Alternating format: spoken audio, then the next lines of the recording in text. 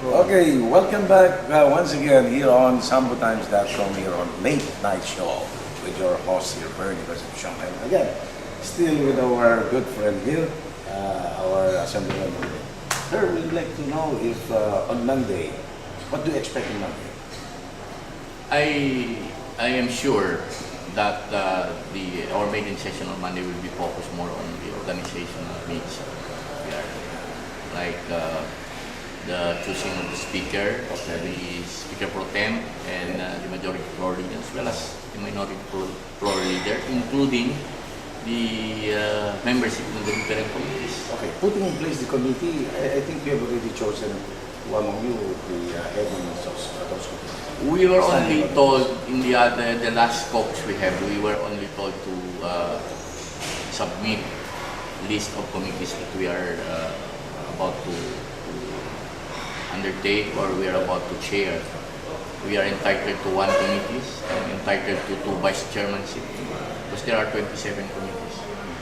On Monday, we still have to formalize the committee chairmanship by the different members of the RLA. But famous of which is the Committee on Local Government, the Committee on Appropriation, of course, the Committee on Agriculture, the Committee on Education, and the Committee on Appointment. So which of these committee that you closer to your heart? I prepare to be to chair the Committee on Blue Ribbon Committee. Oh, and Because that's my advocacy. No matter what, I will really have to investigate anomalies and wrongdoings in the ARM. that's the anti-corruption. Kahit sino pang masasagasaan. Kung matapang ang aking governor, dapat matapang din ako. And what another committee? Another one is the local government committee. If you were this committee. So local government, you can address directly problems to local government. And I'd like to assure you that we'll be coming up with a committee hearing in different provinces for our people to know that the real RLA is really working for the betterment of our people. So was there a specific order or marching order coming from the president or no less than from our regional government to the regional assembly? Well, there, the governor is trying to distance himself from the independence of the RLA, knowing that there is a separation between the executive and the legislative. His message to us was just very simple. Please double your time. I'm also requesting that go to the grassroots. Ask what particular legislation they want to be the focus of the RLA. And the other one is considering that it is we already only given a short period of time is to raise with time. In fact, that is our slogan, raise with time. Raise with time. And the concept of musawara. In other words, aside from the existing law, rules of procedures and as well as the House rules and as well as the observance of the parliamentary procedures, for the first time we are conceptualizing the concept of musawara. In other words, there will be no majority block, there will be no minority block. The most important, it will be passed through to the concept of musawara. That is more on a Muslim perspective because, this is ARMN. So with this, everything is in place in the arm. We expect that we shall be able to move forward so fast as we could and accomplish many things for the constituency. Well, many are asking me, Assemblyman, what's keeping the good Assemblyman very active and energetic? Do you take something just to keep you? Do I look active? But it's not in the looks, but how you do it. Most do probably. things and accomplish things. Because in the morning I see you here, and in the evening you're not in Cotabato. And the other day, and the following day, you're already in Manila. So it's very tedious.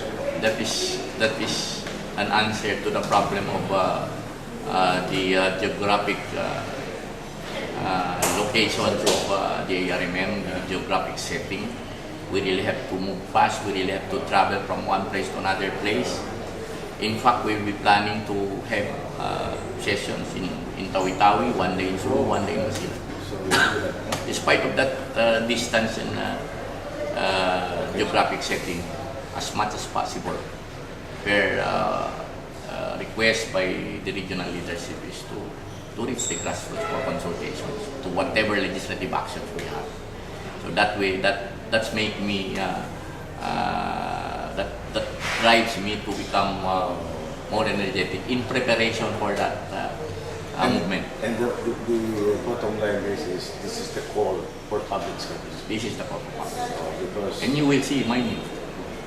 During the opening session, I will not be riding the 4 vehicles considering wala naman akong sasakyan. So I will be riding on a sikat-sikat. Oh, really? Yeah? That's Just to something unique. manifest Yeah. that the institution is now ready to Embark go on, to have some sort of a touching the ground always, and setting the right example. setting the right example, leadership by example. Yes. Gone are the days when there are competitions for luxurious cars. Smarts and swagger. Yeah. Oh, so gone are the days. At this point in time, we as much as possible, we are trying to create some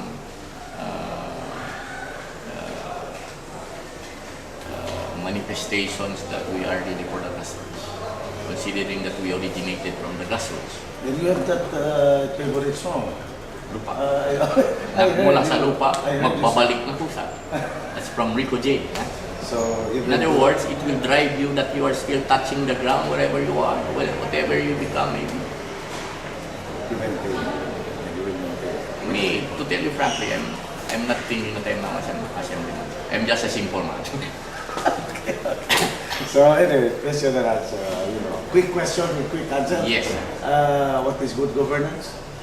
Good governance is open governance. When we speak of transparency, that's already good governance. And good governance is not only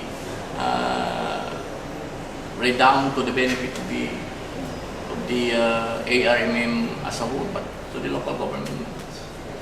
They really have to practice that good governance from the regional down to the barangay level.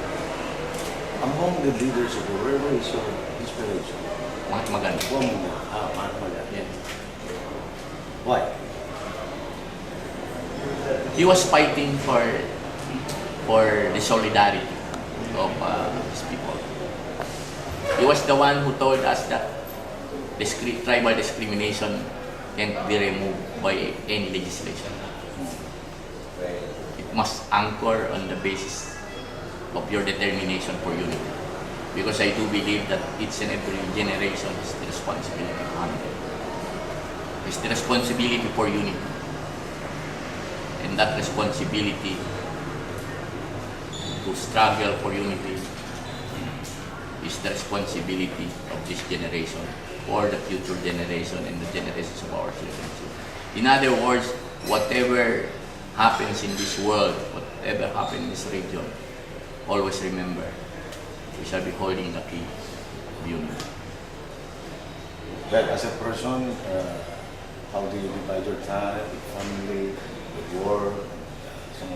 I know this is very As much as possible, I'm demanding. trying to divide myself. But you manage it. One, Well. of course, I really have to. One segment, one compartment will be focused on the RLA as a legislator. Of course, as a contributor to the Facebook social networking. Of course, I really have to do Always that. contact. I'm a Facebook addict. That's where I can get feedbacks and good comments, positive comments for the development of this land. So, as simple as that. The other one, of course, I really have to, whenever I'm home, I'm a father. Yeah. And of course, number 4, that occupies a special place in my heart, an advocacy of human rights. Is that how you want the people to describe it? Advocate for human rights. So, anyway, what's your favorite color? My favorite color is white. Really? Just like, I know one. You know his wife? Not yellow. Okay, so anyway, finally, Assemblyman, I know you're a busy man, and we look forward that we will also have, once again, this kind of exchange on late night show. So I want to hold you know, because your pillow is waiting. It's late night already, so I can join you. Okay, so your final shot, our Honorable Assemblyman of the Regional Legislative Assembly, representing the Lone District of Basilan Province, the Honorable Juni Rashid Gilliman. First and foremost, I'd like to extend my warmest thanks and gratitude to you for inviting me in this late night show. The only thing I can say is that I'd like to invite other people to join the advocacy. Advocacy to work for the betterment of our people. And by working with that, we really have to be determined and have faith in what we are doing. Because I do believe that how shall freedom be defended by arms when it is attacked by arms? How shall freedom be defended by truth when it is attacked by lies? How shall freedom be defended by democratic faith, like what is happening in the ARMM, when it is attacked by authoritarian dogma? When it is attacked by franchise traditional politician? When I say franchise, they want to franchise every election. Always, and in the final act, by determination and faith. That means you really have to be determined, you really have to have faith in what you are doing for the betterment and for the welfare of our people. Thank you very much for inviting me. Okay, that's it. I can see from afar a dream coming into reality. And that's the Honorable Assemblyman Gilliman. So thank you very much, friends, and hope to see you once again tomorrow, tonight.